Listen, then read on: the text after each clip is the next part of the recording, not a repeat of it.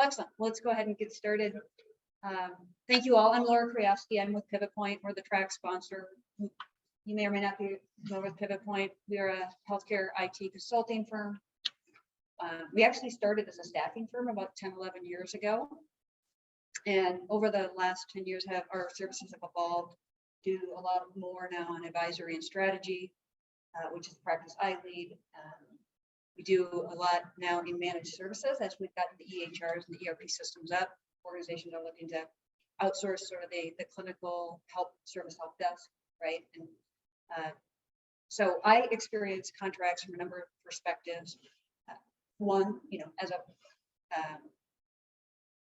customer of contracts, we will, negotiate with our vendors. Two, I often do it with my clients. We're doing system selections or stuff like that, and really they look to us for contracting expertise.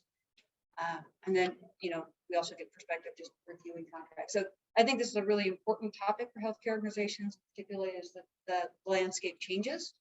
And Mike will probably talk about this, but I think a lot about now we're moving to subscription-based contracting as opposed to, we think about software, it used to be a one-time and a capital. This landscape continues to change. So I'm delighted to have the opportunity to introduce Mike and have his bio here, so I apologize for having to read it, but Halmrast, yep, good Norwegian name? Yes, okay. So Mike is at Banner. He's the Senior Director of Contracting. He's a graduate of North Dakota State, and we were talking, we're both from northern states earlier, and commenting the weather here is a little warmer than North Dakota and Minnesota. He spent his entire career at Banner in the supply chain area, and it's been 25 years, and he has led the contracting to purchasing areas and the sourcing team. He's been leading that for the last 8 years. So I asked Mike before we got started, just because it is a small group, he said, you're comfortable with just people just raising their hand and asking questions as we go. So I think this will be a wonderful sort of interactive conversation. So Mike.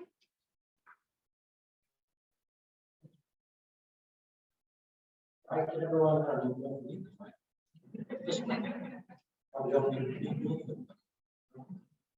I appreciate everyone joining here today. Happy, hard to believe it's October 1st.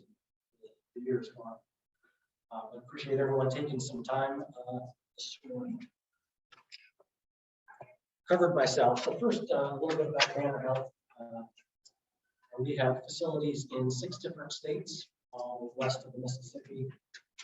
We've got 30 acute care facilities, about 320 plus clinics, over 60 urgent care facilities, about 53,000 employees, and 10 million annual medical encounters within our organization. Some of the objectives for today is talking about the contract process, and we want to keep it interactive. So as you guys have ideas and experiences to share, by all means, share with the group as well, because I'm sure you guys all have great ideas as well. Talk a little bit about contract clauses to avoid, others to maybe include, and then ultimately, once the contract is in place, talking a little bit about vendor performance. First, thinking about negotiations. In my role, I negotiate all the time with our suppliers, our vendors within Banner, but I think I spend more time negotiating with my daughter at home than I do with the vendors that we deal with. So think of all the negotiations that you do on a daily basis, whether that's getting your kids ready for school in the morning, planning a family vacation and trying to figure out what you're going to do on that vacation, making a vehicle purchase or home purchase, or just resolving disputes with neighbors, your coworkers, your employees, etc. So really, we're all utilizing our negotiation skills every day in some form or fashion. Some of the elements of successful negotiation, which we'll definitely talk a bit more in detail in the coming slides here. But first, preparation. To me, preparation is the area that you want to spend your most significant amount of time in, and that will hopefully lead to an overall successful outcome. Setting goals and limits. So what is the intent of the contract that you're looking to put in place? What's your ultimate end goal?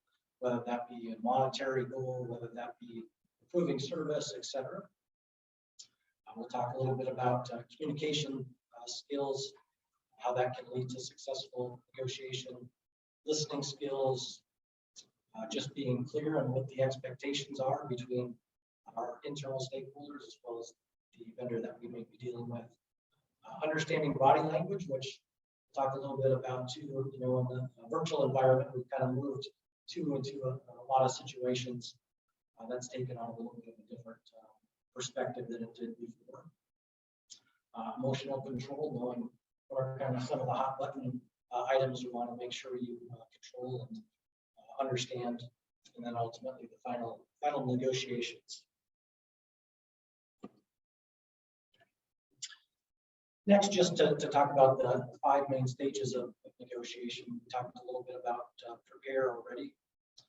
Next is exchange, so that initial RFP process, outlining what are the expectations with the suppliers through that process. Bargaining, so once you've got the responses, kind of a back and forth of that response, including the negotiations, and then executing the contract, and really ultimately just ongoing management and evaluation of the performance of the vendors within that space. From a preparation standpoint, the more that you prepare, that will put you in a much better position from a sprint perspective. So understanding any of the potential issues, hidden agendas, so communicating with your internal stakeholders on any challenges that they may be having with your current supplier. Maybe you don't even have a supplier. Maybe it's an in-source function and we're looking to outsource the function. Just understanding some of those issues that you want to make sure you understand kind of going into the contract process. The best that you can, knowing the people that you're going to be communicating and dealing with, both internally as well as on the vendor side, knowing those personalities, trying to anticipate what are some of the challenges that you may encounter with those varying personalities. Preparation overall is really going to be the foundation for successful negotiations. So you want to make sure that you're fully prepared, understand all of the potential challenges and hurdles before you start that contract negotiation process, and hopefully that will pay dividends in the long term.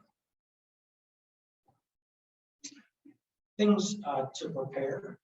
So one of the things that we've done internally within Banner is we've developed a contract template. So we've worked with our legal team developing a boilerplate template that can be used for all of our contracts. So we include that in our RFP process, so the vendors know up front what the contract template looks like. They can review that, outline some of the initial challenges they may be seeing in that document. We've also gone through with legal, outlined what are the areas that are more the business terms and conditions that we have the ability to negotiate without having to go back through legal and lengthen the contract negotiation process. But also, in addition to that, outline the specific clauses that there may be alternative options that our legal team has identified, that if the supplier comes back with a red line on the government law or something like that, some alternative language that we can propose to be able to quickly resolve some of those red lines, not having to go back to our legal team, hopefully saving time on our side as well as the legal side, as well as on the vendor side as well. Identifying the key stakeholders, that would be more internally. So whether that be within your own internal department, maybe you're in a corporate setting, so it might be individuals within your facilities that you're doing the contracting on behalf of. In addition to that, surveying those stakeholders to make sure that you understand what are the challenges maybe with the current supplier. What we do as well, we use a RFP template. So we use a online document. We've kind of got a standard template. We invite our stakeholders that we've identified up front to review the RFP that we put together, provide input on any changes, recommendations prior to that RFP being published. And then ongoing, they're able to see questions that come back from the suppliers.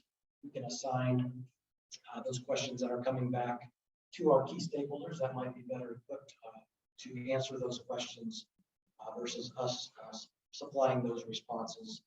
And then ultimately, that's the tool that we utilize as well for evaluating the responses that come back in from the suppliers. So we establish within the initial criteria, how are we going to rank the areas of importance within the RFP responses. So that allows us to quickly evaluate the scores that come back in. So if you have several vendor responses that come in, but you want to shorten your list to a smaller group for maybe vendor presentations, it allows you to quickly see kind of who's bubbled to the top, but you can still get the stakeholders' input to determine if there are any others that they may want to include in that final maybe RFP presentation.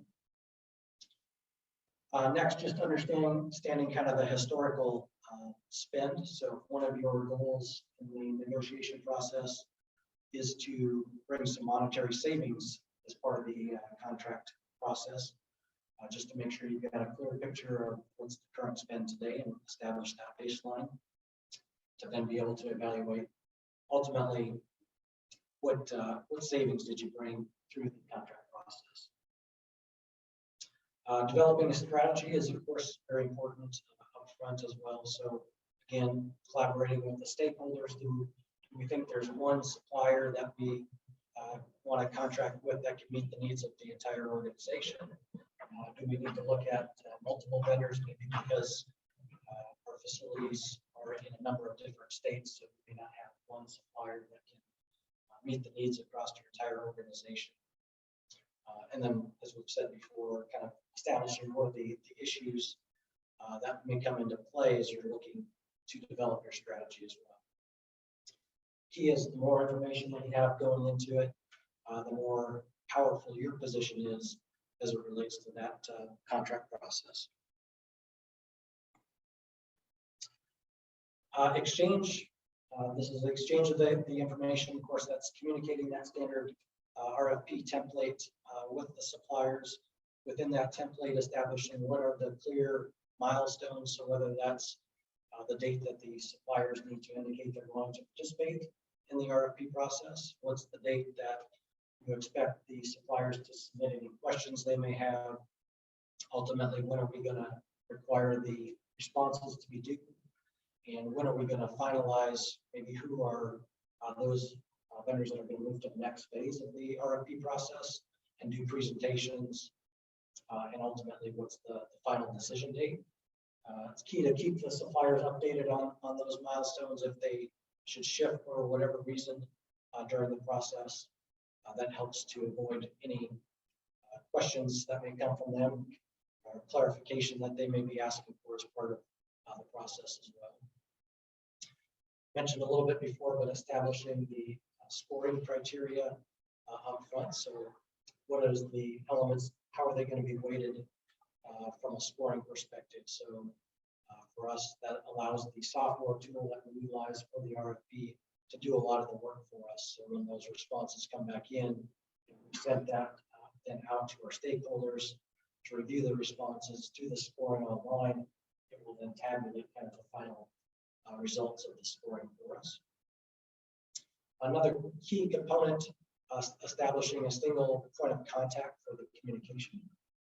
So for us, we have suppliers sometimes that may want to go to someone else within the organization that they're comfortable with, that they have a relationship already built with, but we want to make sure that all of the communication from an RFP standpoint is routed through one specific individual. So that way we're providing clear and consistent communication to our internal team members, but also to the suppliers as well.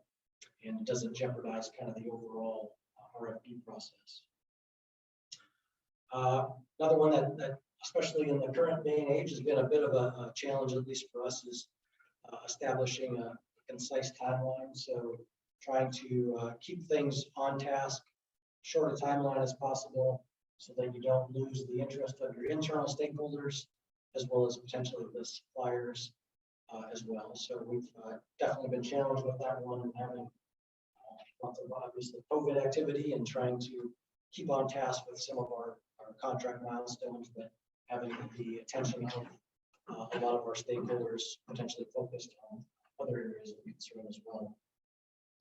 And then just being transparent with the suppliers on the process, any delays, as well as being transparent with our internal stakeholders on any issues that they're hearing as part of the process, questions from the suppliers, etc. Next is the bargaining stage. So this would be collaborating with the vendor on ultimately what are the goals, what's the end game, what are you trying to accomplish with the RFP process and ultimately the contract. A lot of that may be outlined within your RFP and the statement of work that you put together within the RFP. Establishing with yourself and your internal stakeholders, what is the areas that we might be flexible on from a service standpoint. What are those that we are kind of drawing a line in the sand of this is something that we must have, so that ultimately you can use that information to establish middle ground in the contract negotiation process with the suppliers. Thinking out of the box, so we want to make sure sometimes our RFP process may be pretty structured, but we want to try to allow for as much flexibility as possible. So if a supplier has some out of the box ideas, how can we still utilize the RFP process to submit those ideas and get that information to our team to consider? Sometimes those ideas may actually have a better end result for us, so we don't want to make our process so rigid that it doesn't allow for that flexibility. Another thing is keeping in mind you have alternate choices as well. So you may start going down a path and may determine that you don't want to continue with that contract. You may determine you want to insource the service, anything along that line. So I think it's good to keep in mind that you're not locked into that decision of having to go forward if you're not finding success in the RFP responses or not getting the responses that you anticipate.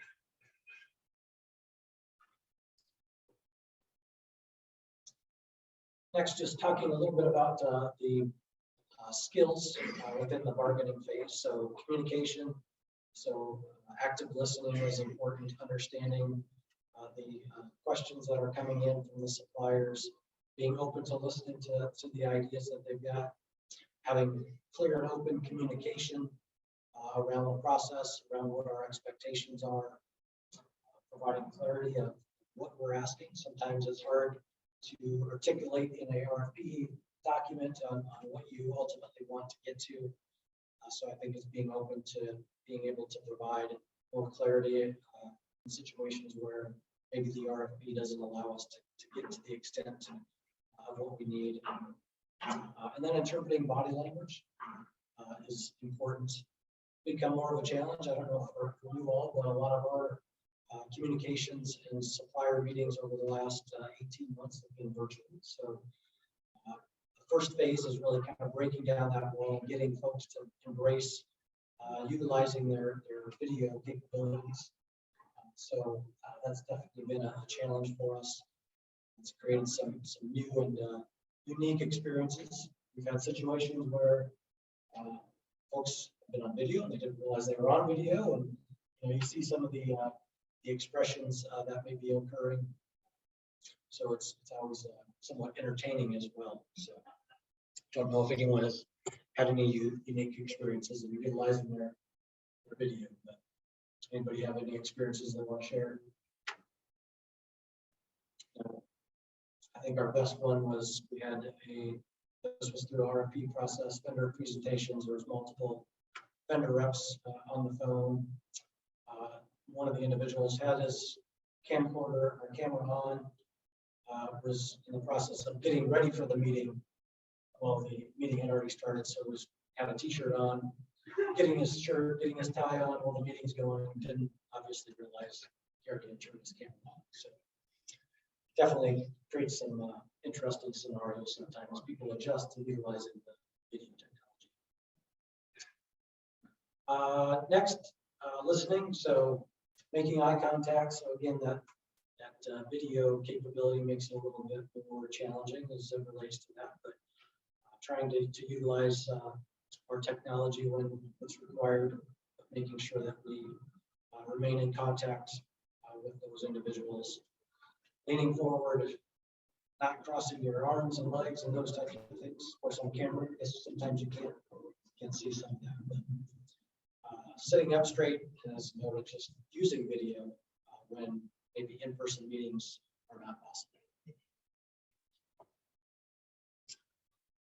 Next thing, we talked a little bit about clarity before, but I think just identifying what are the key issues, what are the key topics that might be creating some confusion within the process, making sure that all of that is cleared up before ultimately get to some of the hardcore negotiations with the suppliers.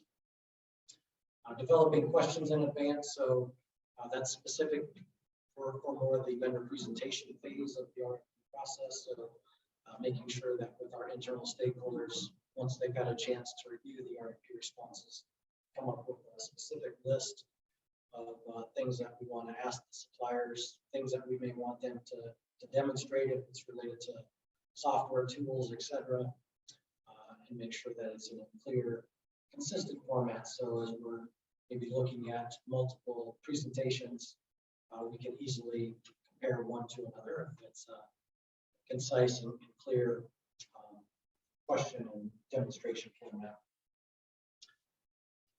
Also making sure that the questions that we're asking are really specific. So not asking, if you get a general question, you're probably going to get a general response. We want to make sure we flesh out as much details as possible while also keeping it so you don't get, sometimes you get the RFP responses and 60 pages later, you're getting through the first question. You don't want it to be that extreme either, but finding some balance on getting the information we need, but in a concise fashion. Emotional control is obviously always a fun one. So understanding, I think, your internal strengths and weaknesses going into the negotiation is important. There's always hot button issues and making sure you know what those are, know how to control those. A lot of the times the suppliers are going to know those as well, so you want to make sure that you flesh out any of those concerns. At times, negotiations can definitely get tense, so you want to know when you get to that point of feeling that way, ask for a timeout, come back the next day, come back hours later, once you maybe have both had a chance to go through, think about what the hot button issue that might have triggered some emotional response is, and re-engage. You want to make sure you're assertive but not aggressive, and then learn how to deal with difficult people. So not everyone that we're working with and negotiating with is going to have the same thoughts and beliefs that we have. So it's a matter of trying to find that middle ground as well, so that we can effectively negotiate with those individuals. And from a conclusion standpoint, and this would be the next phase of the negotiation. Ultimately, it's got to be a win-win scenario. So, some folks within negotiations, have the mindset of, I got to win, and if I don't win, it's not a successful negotiation. Reality is, it really has to be a win on both sides. So, if we have a certain monetary goal that we're trying to get to, that's maybe not realistic, and maybe the vendor ultimately gets there, but that may result in service failures down the road. So I think it's to understand how far you ultimately push those negotiations to the point where there is a win-win on both sides. You don't want to have the vendor fail 90 days down the road and you have to go through the process all over again. That kind of defeats the purpose. Or maybe you don't get the level of service that you had anticipated because the vendor was having to give up too much through the negotiation process. I think relying on each side to accept responsibility for keeping their own best interests in mind. So again, back to the win-win, there is that line in the sand where some things are true expectations, things that we're seeing as non-negotiable items, but to understand where is there some flexibility through that process. Sometimes it's perception. So again, back to the, if we don't win, ultimately, maybe it's not a successful negotiation. Sometimes that's a perception thing, but ultimately we want it to be successful on both parties. And we want to really come to the end of the negotiation with a good working relationship that's hopefully going to build upon better service that we would expect, monetary savings, etc., and really a respectful partnership between ourselves and the suppliers going forward. And you also have to know there may be times when you've had long, hard negotiation going back and forth, and you may just come to a mutual agreement that you can't come to an agreement, and you need to part ways.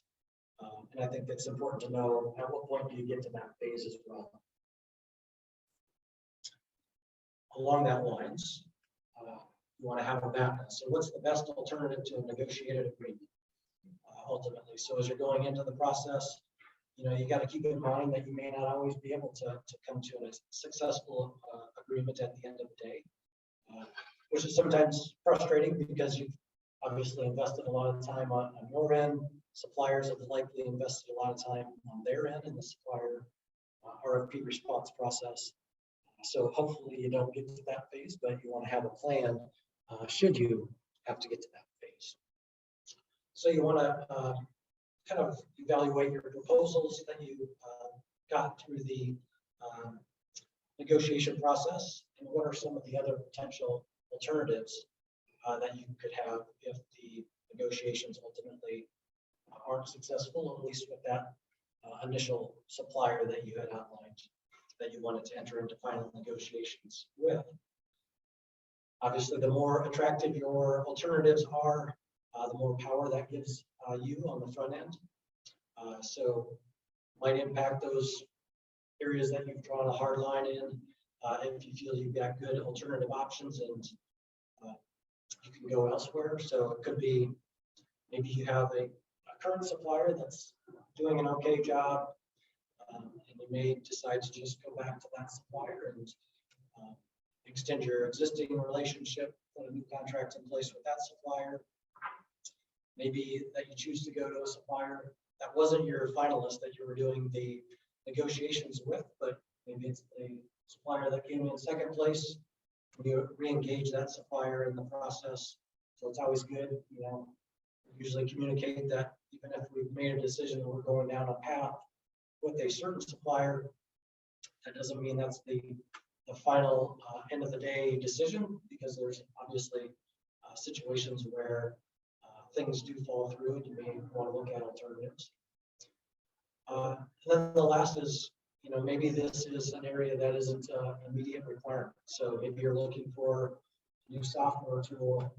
You haven't had one before, but it's a nice to have type thing. You may say, ultimately, maybe it's something that we don't implement that software tool now, and we re-engage in the process at some point down the road. Maybe it's a service that we're insourcing today.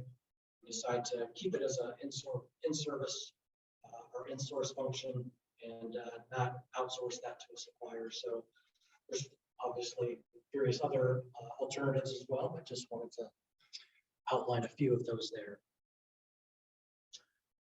Next would be the execution phase. So final agreement on what those contract terms and conditions that ultimately have been agreed upon through the contract negotiation process.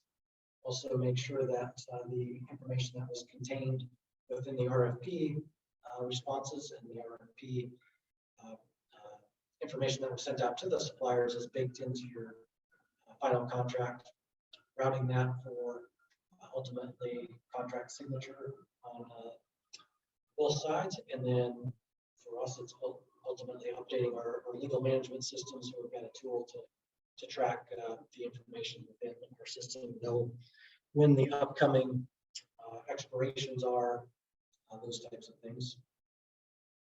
Some of the traits of a great negotiator, some of these we've obviously touched on in some of the past slides, but Empathy, having empathy both on your maybe internal stakeholder side as well as on the supplier side. Having respect for each other on the issues that you may be having through the negotiation process, understanding where each other is drawing the lines in the sand, having patience throughout the process, as sometimes it's a long, painstaking process, being flexible, having those options for out-of-the-box thinking to maybe ultimately get to a different phase than you initially anticipated, but still ultimately a successful negotiation. Got to have some sense of humor in the process as well. Keep things a little bit light when possible, because obviously there's some stages where you can't have that, but try the best possible. Stamina can be a long process at times, so make sure you're up for the process internally with your team as well as on the supplier side, and then just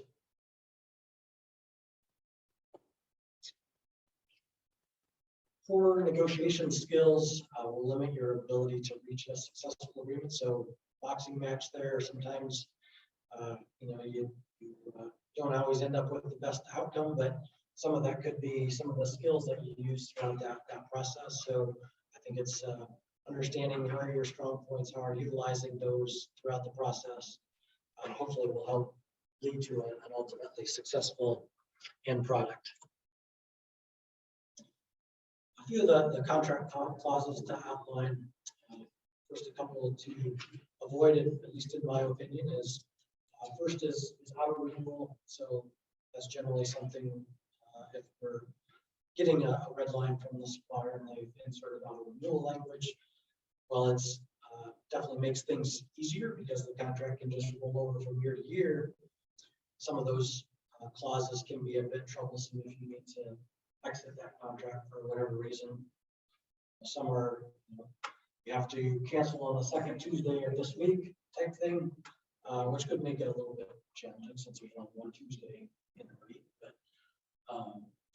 just from our standpoint, eliminating the auto renewals altogether, instead having optional renewal clauses, so you can come to a mutual agreement on the timing of that optional renewal and whether you want to take advantage of that. But at least that gives you the opportunity, so something's not going to just auto renew and you may not have anticipated that. You try to capture if there are any auto renewals in a legal management system to alert you so that you can take advantage of those and choose to not auto renew and give the appropriate notice, but those sometimes can be missed.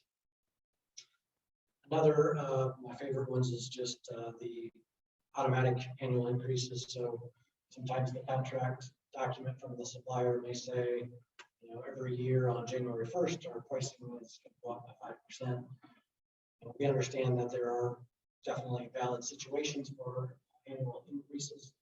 We generally want to tie them to some type of metric. So whether that be some of the consumer price index metrics, could be some performance metrics that may be outlined within the contract, but something that's more tangible than just saying, hey, just because it's January 1st, the prices.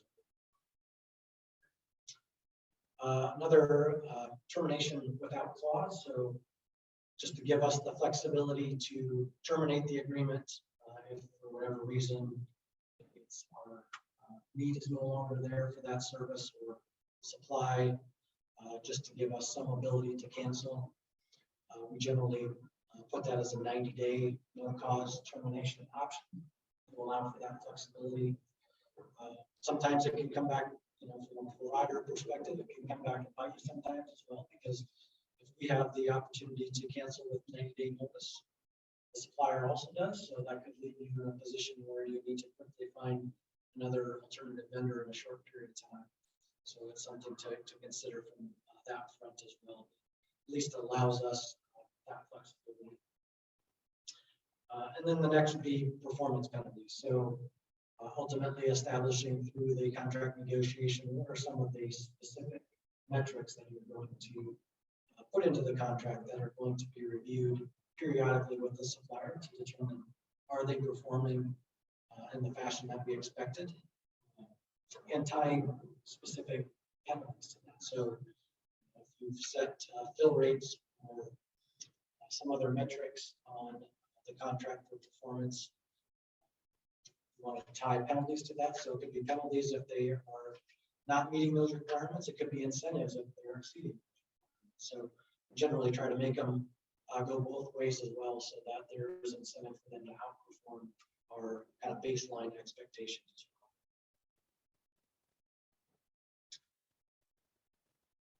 Talked a little bit about the performance criteria on the last slide, but ultimately, as Peter Drucker would say, what gets measured gets managed. So that's why it is important to have some type of measurement criteria within that that contract. So at the end of the day, if the vendor is providing the level of service that you expect or not. One of the things that we do as well is we survey our stakeholders that were involved in that RFP process to put together just a short question list of a handful of questions to get their feedback as well. Sometimes for myself, from a corporate standpoint, you may be seeing it, the vendor may be performing well, but you ask someone at the facility level, and they may say, no, we're having all kinds of issues and we've just been dealing with it. So it's a matter of flushing out some of those issues that may be occurring and that we're just not aware of. So getting that stakeholder feedback is key. And then conducting periodic business reviews.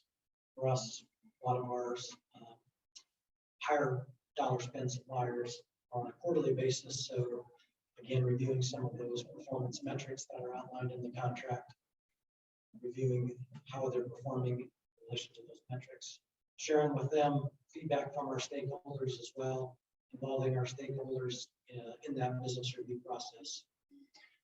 And through that process, hopefully establishing, what are some of the other areas that they may be able to bring value in to enhance this level of service that may not be specific criteria that's outlined in the contract, but might be opportunities that they're seeing as well. All right, that was a quick rundown. We'll open it up to questions. I'm not sure if we probably have folks maybe on Zoom, but anybody have any questions in the room here? I actually have one. So early on, we were talking about planning and preparing. And what is for like think of in your personal preference and organizational vision about engaging with the stakeholders, the business units, the assessment and the negotiations? How much? A lot. Then I have a second follow-up question. Sure. Yeah, I think from a negotiation standpoint, we generally don't include all the stakeholders in that, but we have it, we focus more on who that single point of contact was for the RFP, and at least from our team's perspective, they're the ones that are ultimately the one negotiating the contract. So it's key to get their feedback. So we may get their feedback offline, but once we're having that dialogue with the supplier, doing that negotiation, it's more of a direct communication and not necessarily the individual stakeholders. It sounds to me like a lot of your work picks up and ramps up one sort of vendor of choice. I'm sure you're getting started earlier on one of these. The thing I was wrestle with clients is that wanting to make a thorough decision, trying to make a timeline, and for analysis, right? And that off track on scope or on time. There's often very good reason for some of that, but how do you help manage that within business areas?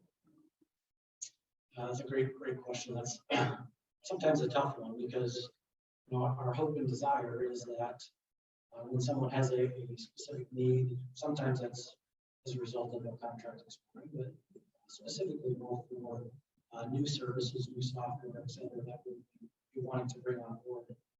We try to educate our end users, stakeholders to engage with us on the front end. So that we can help, look for potential suppliers that can meet the needs in that area, go through a complete RFP process, etc. Oftentimes, though, what happens is someone's already been doing research and they've already been meeting with suppliers, and then they come to us and say, hey, we have this supplier XYZ that we want to utilize for this service. Can you help us do it? Well, then we've kind of lost a lot of leverage in the process at that point in time. Definitely not the ideal scenario. So we try to get the knowledge out to the end users on why it's important to engage us really hard in the process. One, that's going to make sure that we do keep more of a concise time frame, because there are times when if they do come with us and say, here's a supplier, here's a service, help us with the contract. We may then go back and say, we really need to go back. We need to do a full RFP process. So now that's going to lengthen your time frame significantly because you didn't anticipate that, which 90 days or so to complete the entire RFP process. So I think the more we get them to understand that, agent front end ultimately is going to be better service that we're providing to them. Stakeholder level.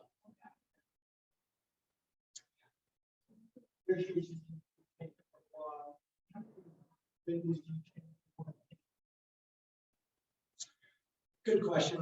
For us, it's usually two. I would say for the most part. Will depend a little bit on the category, and it will depend on what's our strategy. So definitely two if it's more of a single source category and we're only intending to award one supplier for that product or service. Now, if it's something that we're looking for multiple suppliers based on the states that we're in, etc., then it might be more than that, depending on the situation. So if it's a dual source, multi-source, in a few suppliers to do presentations.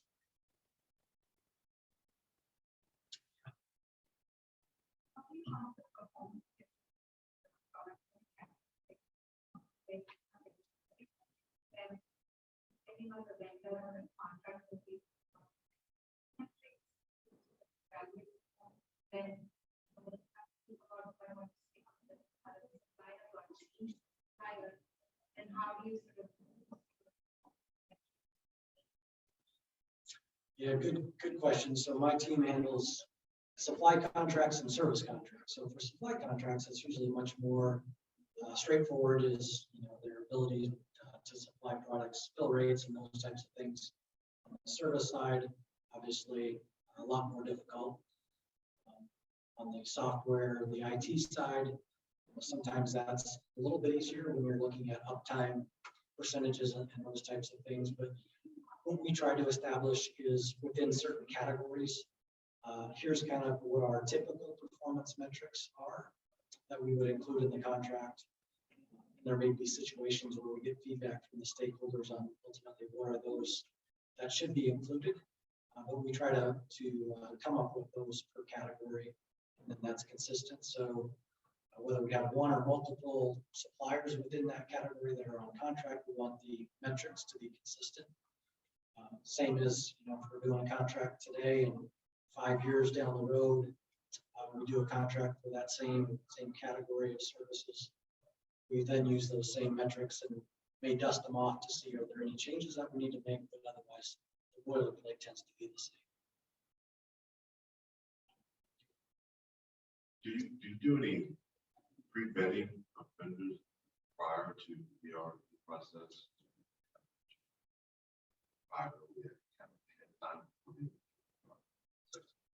Yeah, yep. Registration. There would be. So in some areas you may have 20 or so vendors that are potential out there for a participant in the RFP process. Obviously, that's difficult to manage 20 RFP responses, so we generally try to cut that down in some fashion to a smaller number, not an exact science on what that looks like, but looking at some data. We utilize some tools to look at the viability of the companies, how long they've been in the industry, some of those types of things to narrow down who we're ultimately going to send that RFP to. So 10 years ago, when I typically do software change, I would easily done in 3 to 5 years. Over the past few years, my minds are changing rapidly. So now, wondering if you see that. Obviously, you don't want people hire me on the short. Yeah, it's software is a fun one, but I would say for anything, our standard is 3 years. But we actually have a fair amount of contracts that we do that are just a year now. If it's an area that is rapidly changing from a cost perspective, so we're not locked in for a period of time and we're really costs are going down.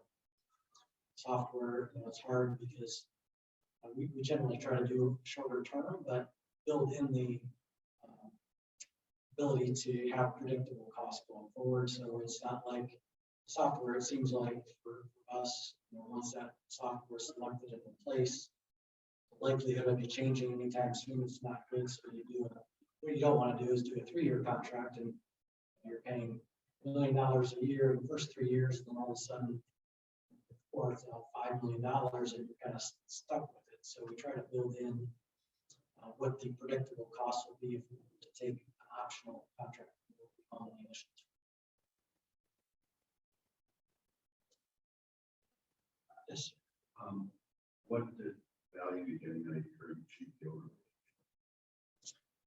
From a service perspective, I would say it's fairly minimal. Most, at least from a banner perspective. So most of our service-related contracts, most of our IT-related contracts, we are doing more local to banner. And Banner has actually developed our own regional GPO as well, so that we can potentially collaborate with some other health systems and individual hospitals, primarily focused in the same markets that we've got facilities in the 6 states. But I would say the vast majority for us in any physician preference areas of supplies, as well as purchase services, is mainly under our local or our banner GPO contracts. Does that answer your question? Correct, yeah. And it's a lot of that. American do good from a national scale, but sometimes there's some local smaller vendors that may do a better job servicing us, can provide better costs. So we look at any available options, but I would say from a majority of the time perspective.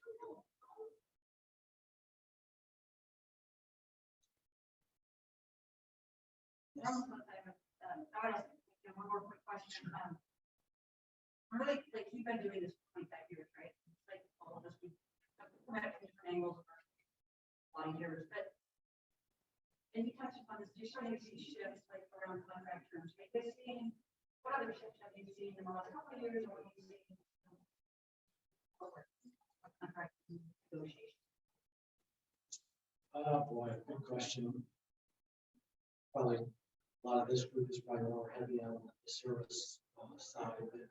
On the supply side, one of the definite shifts that we're seeing is movement to more domestic products and services versus globally sourced items with so many challenges. Products and so that's on the supply side, definitely a shift for us. Also a shift from what can we use more reusable products versus disposable products is something that we're shifting. Supplier diversity is I think becoming more of a shift for a lot of us. Tracking that, having more goals centered around including diversity suppliers, tracking diversity spend, and those types of things. Definite trends. Of course, on the software side, or cloud-based software tools are already migrated the majority of the way there, but there's some that are still on-premises based solutions that are migrating to the cloud. So those are some of the initials. How do you How about you, bridge the gap? Sure, IT.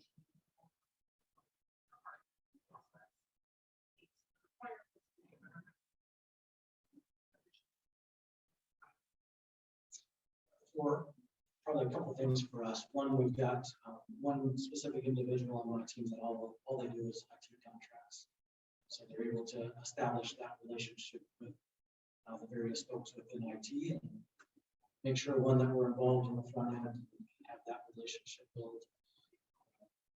And also within our contract process through our legal review process, any type of a software tool, subscription, etc. There's a checkbox, and basically that routes to IT for their review. From our cybersecurity team to others within IT to make sure that there's no issues specifically with a lot of the software tools or the servers outside of the United States. And takes constant work. You know, obviously found lots of software tools that, you know, individual hospitals, departments have signed, and they're small dollars, but there's still impacts, and we come across those every day, and it's like, what is this software tool, and how did it get into our facilities? Or equipment. Yeah. Well, and so much of the equipment now is all tied to the network, so you don't have very many pieces of equipment that are standalone and not being sometimes